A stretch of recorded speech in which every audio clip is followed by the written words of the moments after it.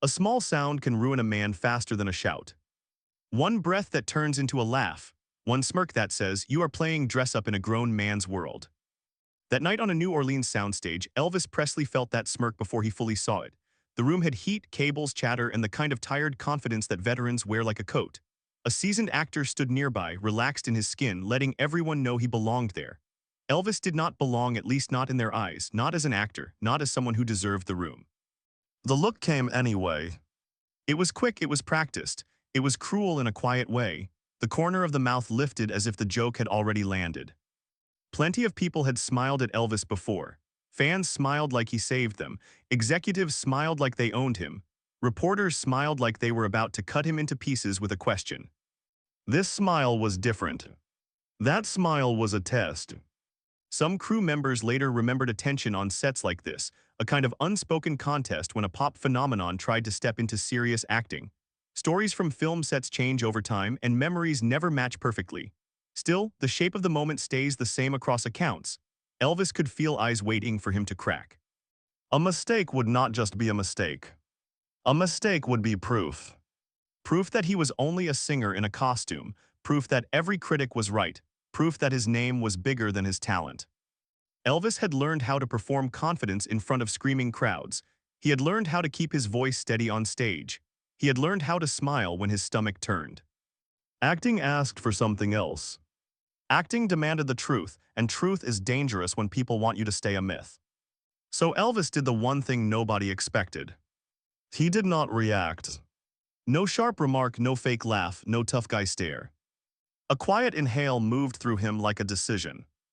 The rival actor seemed to enjoy the silence. That smirk lingered as if he could already see tomorrow's headline in his mind.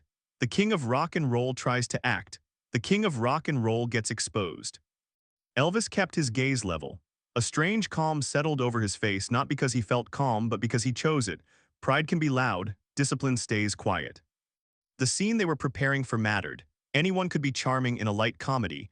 Anyone could coast through a musical number with a wink. This film was different. This role asked for weight. The director was not known for handing out mercy. The cast was not known for making room for a newcomer. Elvis wanted this badly. Respect can feel like oxygen when everyone keeps calling you a product. That is the premise of this story. One smirk on one set became a pressure point that revealed a deeper war. The war was not Elvis versus a rival actor. The war was Elvis versus the cage built around his name. Here is the question that keeps the story alive. If the whole set applauded when he nailed the take, why did he walk away afterward looking like he lost something? Because applause can be honest and still not be freedom. Because approval can be real and still not change the plan. Because Elvis could win a room for one night and still feel the future closing in on him. Now go back to the beginning of the setup, before the applause, before the take, before the room went quiet. Start with the pressure that followed him into that building. Fame had made Elvis a giant. Fame had also made him a target. Hollywood loved profit and Hollywood feared risk. People in power saw Elvis and saw money, then started shaping him into something safe. Safe did not mean happy. Safe did not mean respected. Safe meant controlled. Elvis stepped into films carrying two identities that did not agree with each other. One identity was the public legend, the man who could cause chaos with a hip movement.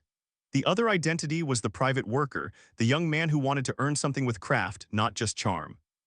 A serious film set could smell the difference.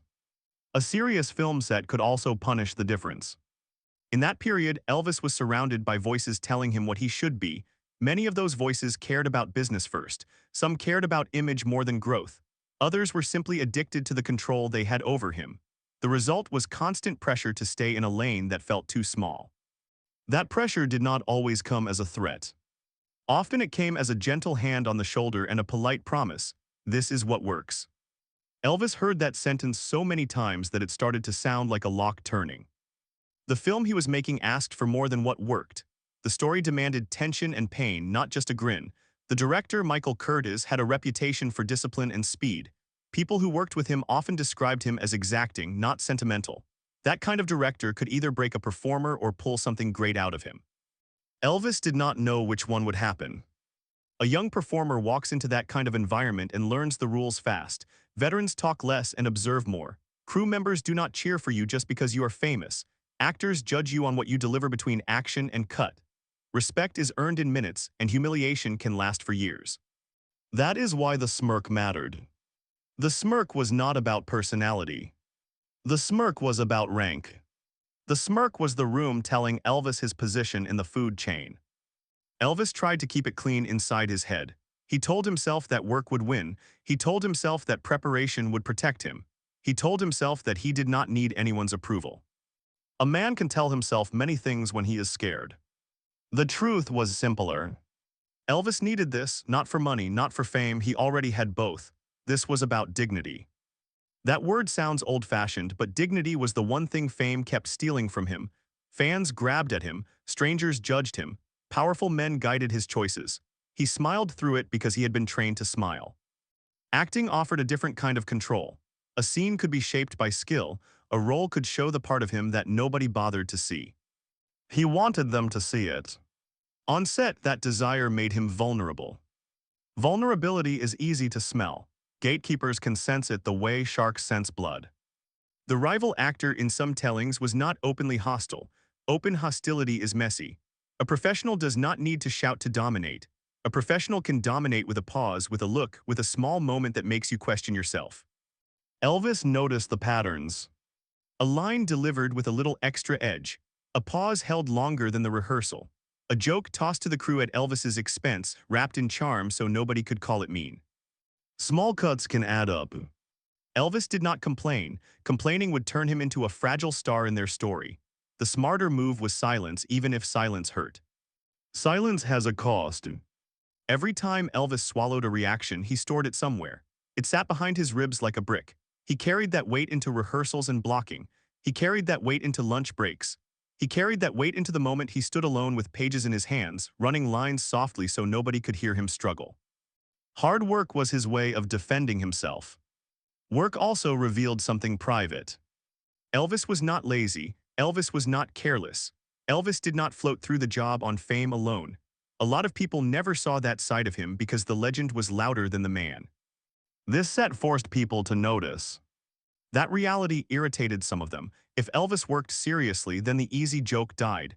If Elvis delivered, then the smirk became childish. If Elvis improved, then the gatekeepers had to admit they underestimated him. Underestimation is comfortable, being wrong is not. The director watched everything. Curtis did not need to publicly scold Elvis to make him feel pressure. A single raised eyebrow could do the job. A short note could sting more than an insult.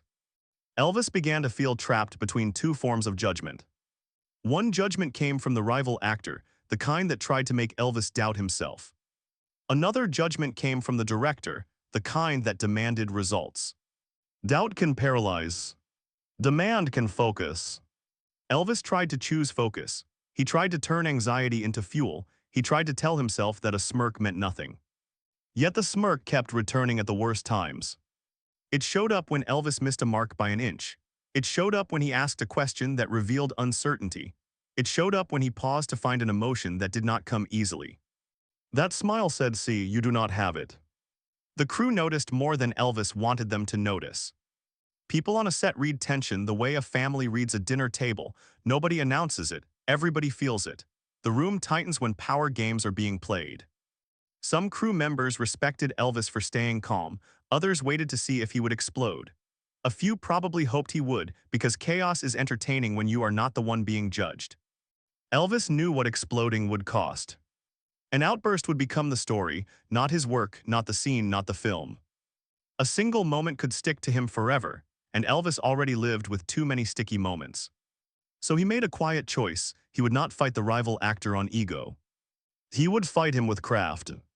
Craft in acting does not mean tricks. Craft means listening. Craft means timing. Craft means emotional honesty. Elvis began studying the people around him. He listened to the way veteran actors let silence do half the work. He watched the way they did not push emotion but allowed it to rise. He noticed how they used their eyes without trying to look intense. He started understanding the hidden language of restraint. Restraint is hard for a performer who grew up being told to explode. Music rewarded him for impact. Movies, at least serious movies, demanded precision. That difference forced Elvis to grow. Growth can scare the people who prefer you predictable. Pressure from outside did not help. Colonel Parker's presence, even when he was not physically in the room, stayed in Elvis's head like a schedule. The business logic always hovered. Make the money, protect the brand, keep the machine moving. A machine does not care what a man wants. A machine cares what sells. Elvis was caught between his hunger for respect and the system's hunger for safety. That conflict began to leak into the work. One day a rehearsal went slightly wrong. Nothing dramatic, no shouted insult, no slammed door. A small stumble, a missed beat, a moment where Elvis felt his confidence flicker. The rival actor noticed immediately. That is the nature of a rival watches for blood. The smirk returned, sharper this time, as if the actor wanted Elvis to see it, as if he wanted Elvis to carry it into the next take. Elvis felt heat rise in his face. Anger showed up at the edge of his control, demanding release. He did not give it what it wanted. A smile appeared on Elvis's face, but the smile was not joy. The smile was a shield. The smile told the room, "I am fine," even while his chest felt tight. That is when the director's voice cut through the space, calm and decisive. Curtis called for a reset, then looked at Elvis with a kind of hard expectation that carried a message. The next time, bring the truth, not the shield. A note like that can save a performer. A note like that can also break a performer. Elvis took it as a challenge. That night he did not go out looking for distraction. He did not lean on charm. He did not waste time pretending he did not care. Pages came out. Lines were repeated. Silence surrounded him as he searched for the emotional key that would unlock the scene. He realized something that scared him. The rival actor did not just doubt him. That actor wanted him to fail. Failure would confirm the hierarchy. Failure would protect the gate. Failure would keep Elvis in the box labeled phenomenon, far away from actor. Tomorrow's scene was the kind that could brand a career. One shaky take could become a story people told for decades. One strong take could change the way the room looked at him. Elvis understood the stakes with a clarity that made sleep feel impossible. Morning would come whether he was ready or not. When he finally closed his eyes, one thought stayed awake inside him. If he cracked, the smirk would win. If he stayed controlled, the machine would still win. Either way, something inside him was about to pay the price. And the next day, the set would find out which part of Elvis Presley was real. Morning arrived without mercy. The sky meant nothing to Elvis. The light coming through the hotel curtains felt like a spotlight he had not asked for. His body knew he had slept, yet his mind still carried every line he had whispered the night before. Every beat of the scene replayed in his head, only now the rival actor's smirk appeared in the middle of it like a stain.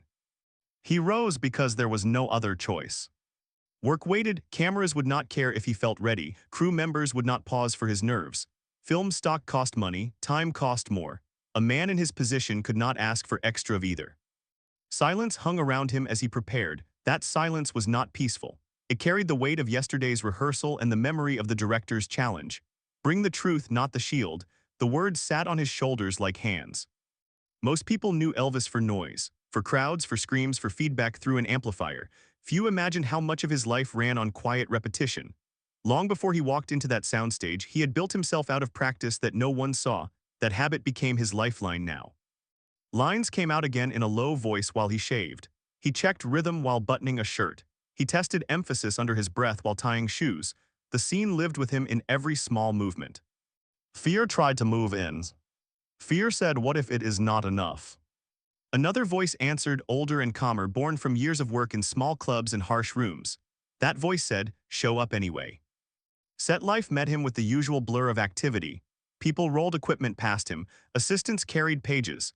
Extras moved where they were told. The air smelled of dust, heat, and human effort. Routine for them, a battlefield for him. Eyes followed as he crossed the floor. Some of those eyes carried simple curiosity. Some measured him the way an appraiser studies an object, weighing value against cost. At least one pair looked at him with open doubt, amused and confident. The rival actor stood with other veterans, posture loose, voice easy, as if this day would pass like any other.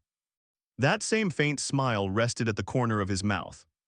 It did not even need to turn into a full smirk. The suggestion was enough. Elvis felt the sting in his chest again. It would have been easy to lock onto that face and let anger take over. Anger promised power. Anger promised energy. Anger also promised ruin. He turned his attention away and greeted a crew member instead. A small gesture, but it reminded him of something important. There were people in that building who did not care about politics. They cared about light, sound, focus, timing. The film mattered to them more than ego battles. He could stand with that. The director arrived with his usual brisk focus. Curtis scanned the set and sent instructions like arrows. Marks were checked. Lenses were chosen. Background noise faded as the room shifted from casual to serious. When his gaze landed on Elvis, something tight inside Elvis braced for impact. The director did not deliver a speech. He simply nodded once and said a few short words about the scene. No flattery, no warning, only expectation. That expression said, "You have what you need, now use it." Expectation can be a burden. Expectation can also be respect. Elvis clung to the second interpretation. He moved to his starting position for a blocking rehearsal. The rival actor took his place as well, still carrying that relaxed authority that comes from years in the craft. Conversation turned into lines. Callouts turned into cues. The machine began to move. The first pass went stiff. Elvis felt his awareness split in two. One part tracked the marks, the camera, the director's voice. Another part watched himself from outside, judging every choice, asking whether the feeling was real enough, sharp enough, deep enough. That kind of double vision weakens a performance. A tiny hitch in timing gave the rival an opening. A line that should have landed clean came out half a beat late. It barely registered in the script. It roared inside Elvis's chest. The veteran's eyes flashed for a moment. The hint of a smirk slipped back into place, almost invisible, pointed directly at Elvis's insecurity. The rehearsal ended without drama. The cut did not come with applause or anger. It came with a simple reset. More notes, minor adjustments. The director spoke about packing, he spoke about intention, he spoke about honesty. Elvis listened with all his focus, because buried inside those notes lay something more than technical advice. The director was pointing toward a path. Technical skill could carry a scene. Truth could transform it. Elvis needed transformation. Lunch came and went, though he barely tasted it. His fork moved, but his mind stayed on the scene. He watched the rival actor from a distance and noticed how easily the man slid in and out of character. Conversation, then seriousness, then a quick joke, all without visible effort. Effortless men can terrify working men. Elvis reminded himself that his own power had never come from effortlessness. His best moments on stage came from honesty, from the way he allowed himself to be affected by the music. He let songs pass through his whole body, not just his throat. That same principle applied here. The scene would not work if he tried to look strong. The scene would work if he allowed himself to be hurt. That realization frightened him more than the smirk did. Hurt is a private thing. Exposing it in front of strangers feels like opening a house and letting them walk through rooms they have no right to see. Yet acting asked for exactly that kind of access. If he wanted to be more than a brand, he had to unlock those doors. The afternoon approached with a heavier air. People lowered their voices. Movements became more precise. The call came for the real take. Makeup touch-ups turned into small moments of reflection. A brush moved across his face. Powder touched his skin. Underneath the surface, his heart pounded. He ran lines one more time in his head, then let them go. The words had already built paths in his memory. Overthinking them now would only tangle his feet. What he needed was not perfect recall. What he needed was presence. Presence meant feeling. Presence meant listening. Presence meant allowing the rival actor to hit him emotionally rather than trying to win the exchange. The idea sounded risky because it turned the smirk into fuel. As long as the smirk wounded him, it could drive the scene. Instead of avoiding that pain, he could fold it into the character, let the camera see it, let the story use it. That strategy demanded courage. Not the loud kind of courage that shouts back. The quiet kind where a man stands still and lets the world see that something hurt him, without hiding behind a joke or a pose. Call time arrived. The crew locked in, cables lay still, background noise died. A strange hush settled over the set, the kind that makes every small sound feel amplified. Wardrobe teams took a last look. Assistants stepped back. Elvis walked to his mark. Every footstep felt like a statement. Not to the audience who would see only the final cut, not to critics who would make their judgments later. This was a statement to himself. He would not lean on the smiles. He would not perform confidence. He would tell the truth of the scene, even if that truth made him look weak. The rival actor took his position only a few feet away. Lines sat between them like loaded weapons. History sat behind the older man. Hype sat behind Elvis. Two different empires colliding in a small square of light.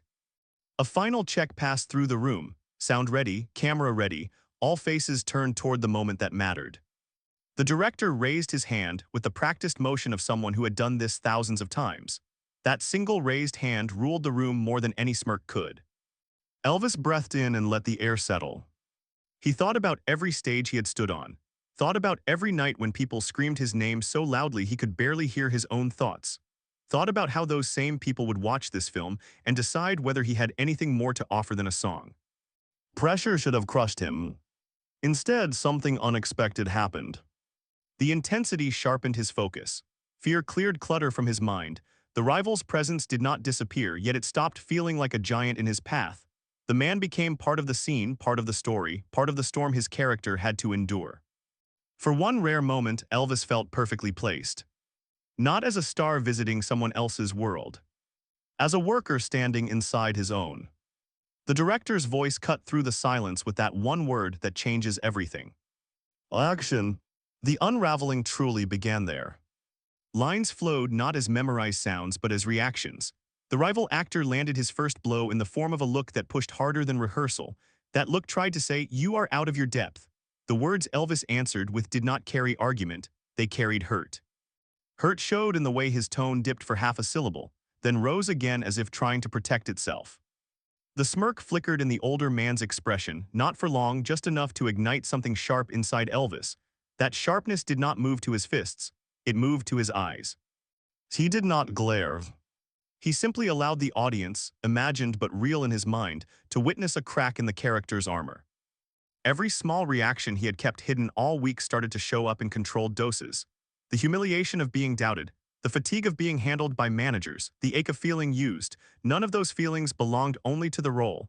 They belonged to Elvis as well. The scene gave them a container. When the rival actor sprang a tiny change in timing, the trap he had prepared arrived. A line came half a beat later than expected. A pause opened like a hole in the floor. In a previous rehearsal, that gap might have sent panic through Elvis. This time, he let the moment land on him fully.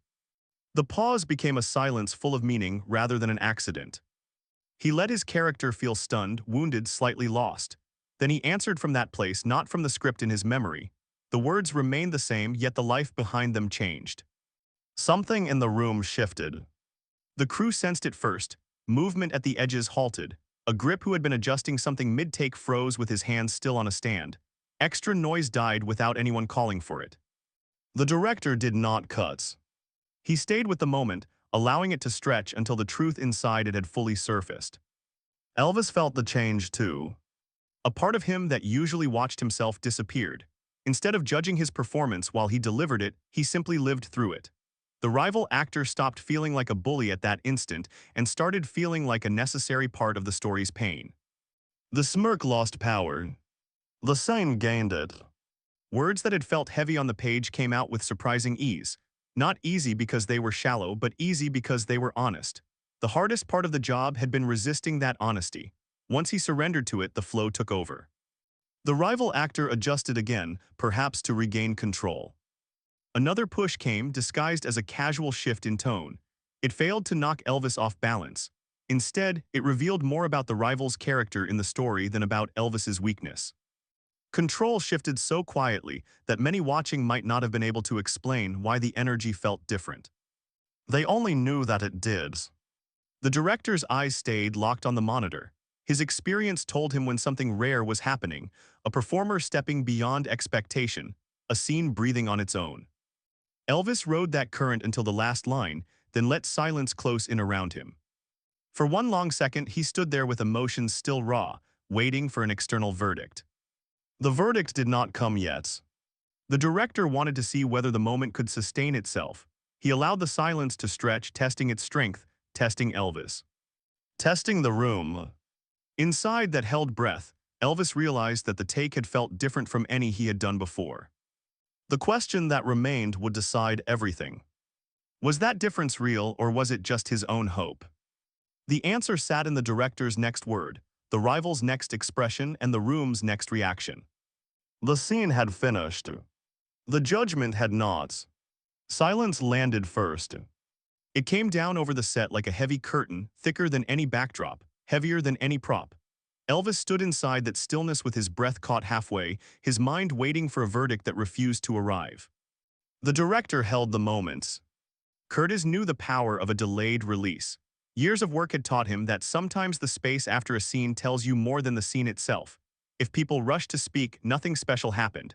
If people forget how to move, something real has just walked through the room. Elvis felt sweat cooling against his skin. The lines were gone from his conscious mind. Only the feeling remained. Shame, anger, loneliness, all the old bruises he had fed into the scene still echoed inside his chest. He had given them up willingly and now stood exposed, unsure whether that exposure would be treated as a gift or a mistake. The rival actor watched him. That same face which had offered smirks all week now carried a different shape. Confidence had not vanished, but something else had moved in beside it. Recognition, perhaps, surprise, certainly. A subtle discomfort that comes only when a person has underestimated someone and knows it. The director finally spoke. "God." The word split the silence. For one strange heartbeat, nothing followed it. Crew members looked at one another as if checking that they had all seen the same thing. That small hesitation carried more weight than any shouted praise. A single pair of hands started to clap. The sound came from somewhere near the back, not from a star, not from an executive, but from one of the workers whose job rarely earned notice. One set of hands became two, two became four, the ripple grew. Applause filled the room. No script required it. No publicist had arranged it. The reaction rose from the simple shock of watching a moment that felt more true than expected. People who had walked onto that set thinking they knew Elvis Presley now saw a different layer. The rival actor shifted his weight. That familiar half-smile faded. A more sober expression took its place. The older man gave a short nod in Elvis's direction, small enough to deny if anyone asked about it later, sincere enough to register in that instant. Respect had arrived late and uninvited. Elvis did not move. Applause crashed over him like a wave that refused to sink in. The external noise did not match the internal landscape. Inside, he felt stripped down, almost fragile. He had walked out to the edge of something private and let the room see it. The reaction did not erase the risk. The director stepped forward. Curtis approached with measured steps, eyes still sharp, mind still working. Praise from a man like that did not come easily and often came mixed with instruction. A small smile tugged at one corner of his mouth, not wide but real enough. He gave Elvis a look that said more than any speech. Approval sat in that gaze. Expectation sat there too. A few words followed, quiet, direct, and professional. They sounded like a mixture of compliment and challenge. The message beneath them was clear. The director believed Elvis had just delivered something worth capturing. The director also believed that this level must become a standard, not a lucky accident. That blend of respect and demand hit Elvis harder than the clapping.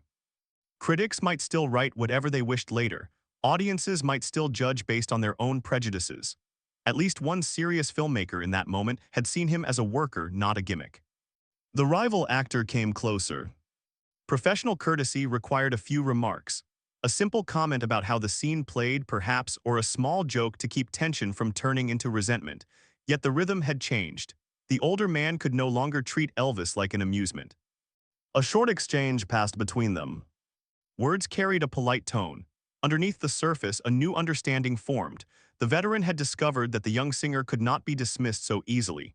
Elvis, in turn, had learned that he could stand in the ring with a seasoned actor and stay upright. That realization should have tasted sweet. It did for a second. A brief flash of satisfaction moved through him, like a match that burns bright and then disappears. The reaction from the crew, the nod from the director, the shifted expression on the rival's face all added up to something he had chased for years. Respect. It touched him, then slipped away, leaving a deeper question in its place. What would happen next? Commotion slowly returned to normal. People reset equipment. Hands moved to prepare for coverage or alternate angles. Assistants approached with notes. Someone mentioned another setup. Work pulled the set out of its trance. Elvis stepped aside, letting the machine roll on without him for a moment. A corner of the stage offered a sliver of distance. He leaned against that distance like a man who had just finished a long run and was not sure whether to sit or keep moving. His mind replayed the scene, not as ego replay, but as a search for truth. Had he really gone where he thought he went? Had the camera caught what he felt? A voice reached him from behind. One of the crew, someone who had no reason to flatter him, spoke to another person without realizing Elvis could hear. The words drifted across the space in an unguarded tone. I did not know he had that in him.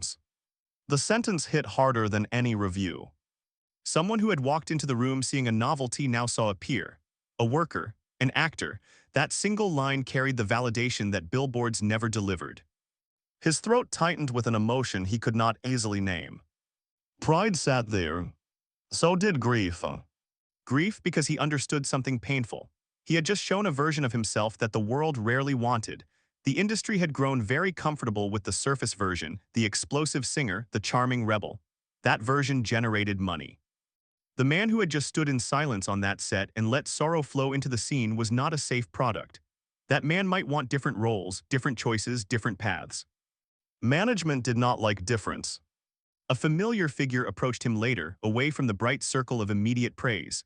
The conversation that followed did not revolve around craft, it revolved around strategy, future projects, marketable images. The language turned from soul to sales. Box office projections received more attention than emotional breakthroughs. Booking schedules pressed in. Possible scripts were mentioned. Some sounded light, musical, safe. Others leaned toward the same kind of depth he had just tasted. The safer ones seemed to carry more excitement for the people who managed the business side of his life. He listened as numbers and contracts floated through the air. The applause from earlier echoed faintly in the back of his mind, already fatting against the weight of practical talk. He had just climbed a mountain in one scene.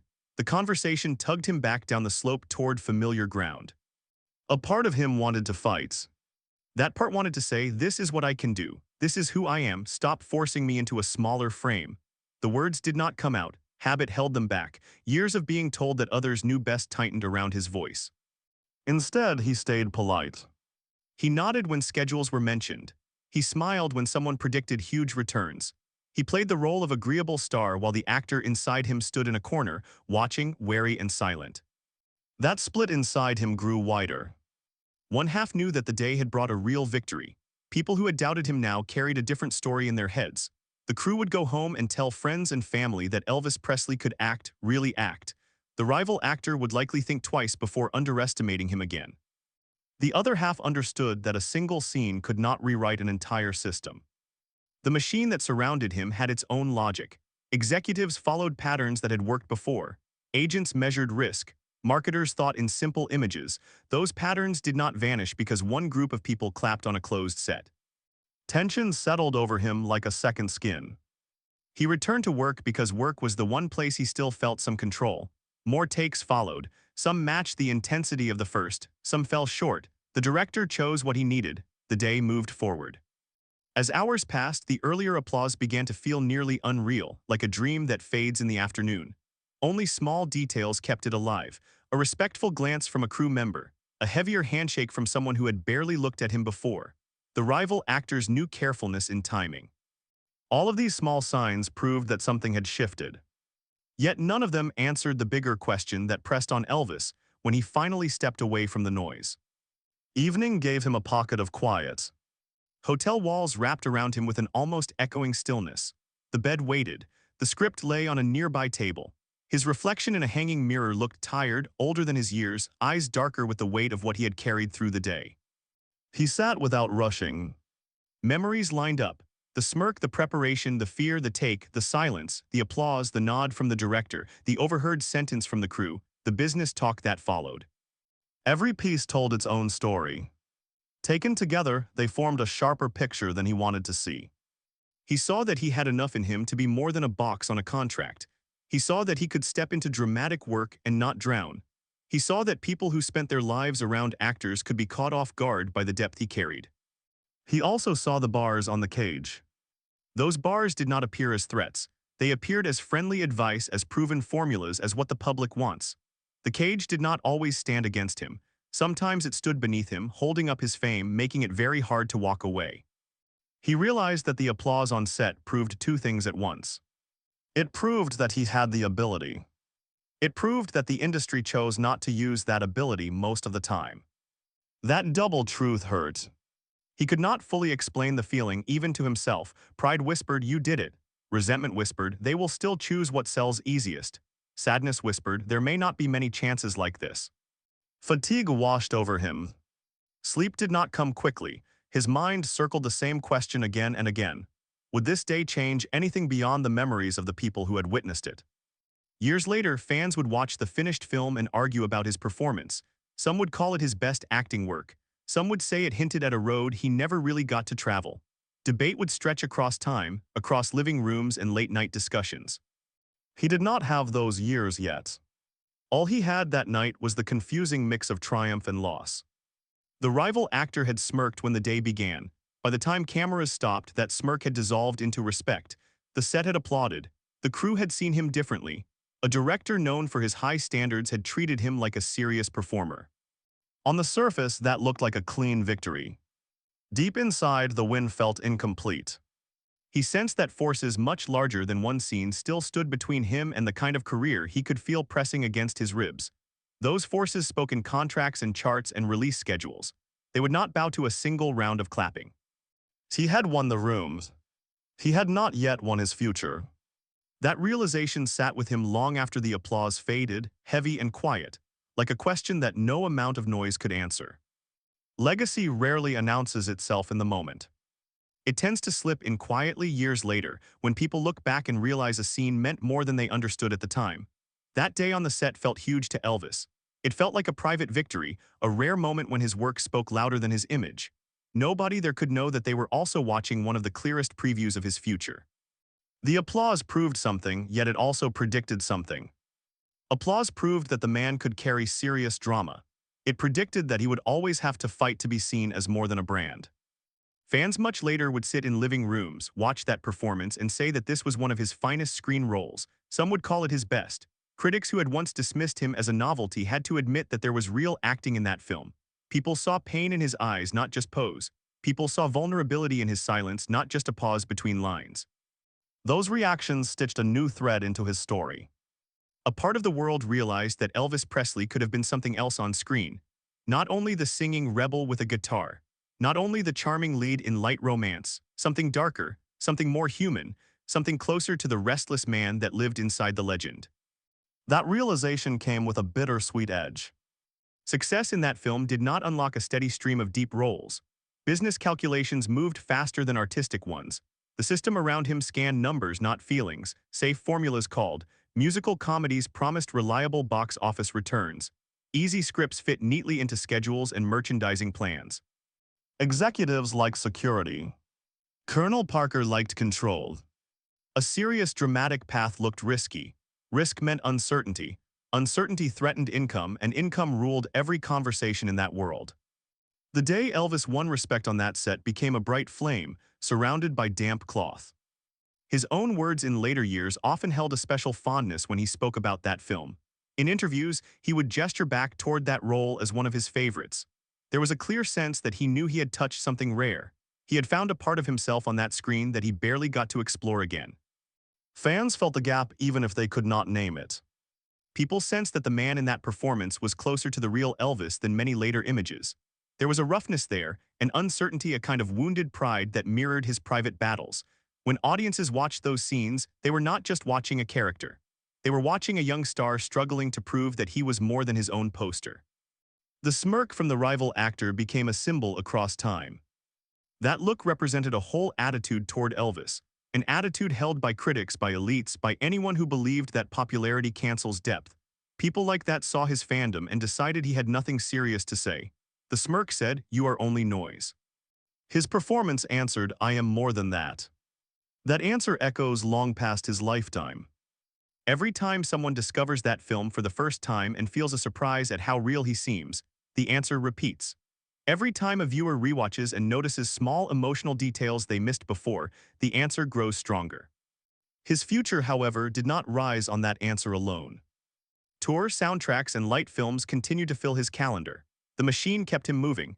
Movie after movie leaned into familiar rhythms. Song after song fed an audience that wanted comfort as much as novelty. Reviews often saw the pattern and complained. The same people who had doubted him still measured him by the safest work he was pushed into doing. A strange split opened in his legacy. On one side stood the popular myth, the king in white jumpsuits, the grin, the hips, the crowded stages.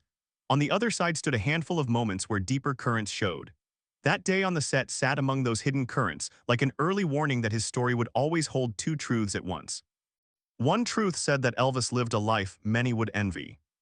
Another truth said that he spent much of that life trapped inside a version of himself that others preferred. Legacy lives inside that tension. People who study his career point to the way his management treated his acting opportunities. Roles that might have stretched him often slipped away. Scripts that could have changed his image never reached him. When chances for complex films appeared, negotiations often bent them back towards safer ground. The logic always sounded practical, profit above all. Inside that practical logic, the young man who had stood on that soundstage with his heart in his throat and his honesty on display slowly faded under layers of packaging. The scene he nailed that day did not disappear, though. It remained on film. It waited patiently. Each new generation that presses play and watches that performance meets a version of Elvis that feels startlingly alive. Not just as an icon, but as a man grappling with shame, pressure, and pride. Those emotions ring true even for viewers who know nothing about studio politics or management contracts. Truth does not need footnotes. A simple look of hurt can cross decades. There is another side to this legacy as well. The rival actors' shift from smirk to respect stands as an important reminder about judgment. People who work in any creative field can misread what they see. They can look at surface hype and assume there is nothing underneath. They can let resentment of fame blind them to the effort and soul of the person standing in front of them. That day, one trained eye had to change its view. A man who had spent a lifetime around serious performance discovered that the pop star beside him carried a different weight than expected. He witnessed a scene where the young singer took pain and turned it into art in a language that actors understand. The gate did not fully open, yet one guard stepped back. For Elvis, that mattered. He did not say much about days like that in public. His interviews rarely went into long technical talk about acting, yet energy has a way of revealing itself. You can hear it when he speaks warmly of certain projects. You can feel it in the slight pause before he labels one film as special. That warmth hints at what could have been. Imagine a world where this performance had not been treated as an exception. Imagine a path where serious directors repeatedly demanded him for complex roles. Imagine a stretch of his career where he could balance music and drama as equal parts of his work, instead of having one overshadowed and the other smoothed into formula. Legacy hurts precisely because imagination can see those paths so clearly. Fans feel that ache when they talk about him. Many say he could have done so much more. They are not only talking about charts, sales, or stage shows, they are talking about truth. They sense that the industry took the safest road and that the safest road stole something from the man walking it. At the same time, legacy heals. That performance exists. It cannot be erased. No contract can reach backward and dim what was captured that day.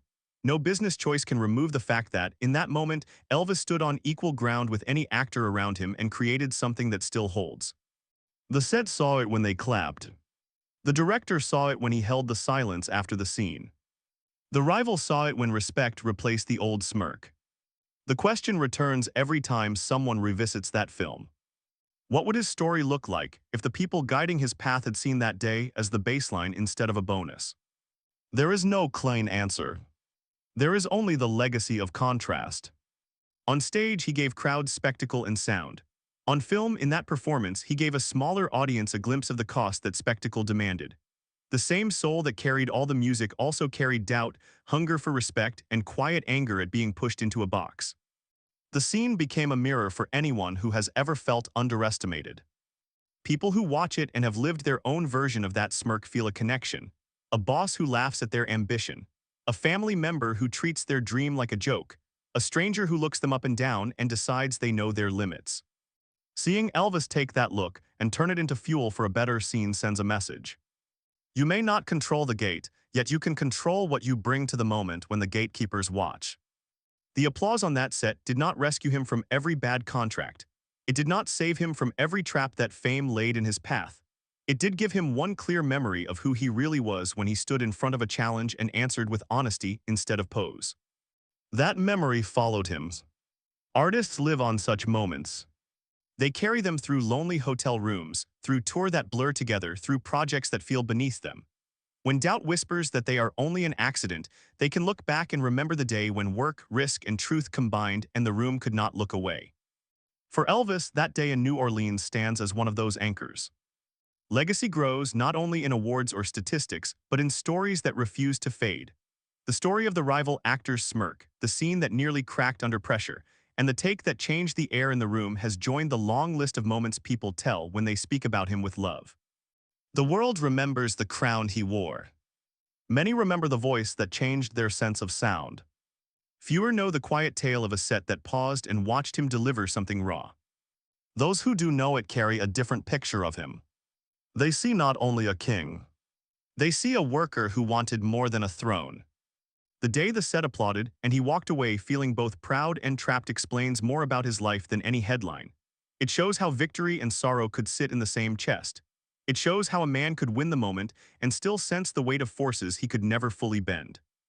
In that sense, the legacy of that scene outgrew the film itself. It became a symbol of the man behind the myth trying, even for a brief time, to step out of the costume and stand as himself. The world kept the legend. That day, the set met the man. If you watched that performance before, has this story changed the way you see it? When you look into Elvis's eyes in those scenes now, do you see a simple role or a man fighting to be taken seriously in his own life? Share the moment in the film that hits you hardest. Tell us whether you believe he ever got the acting career he deserved or if this one applauded day was his clearest glimpse of it.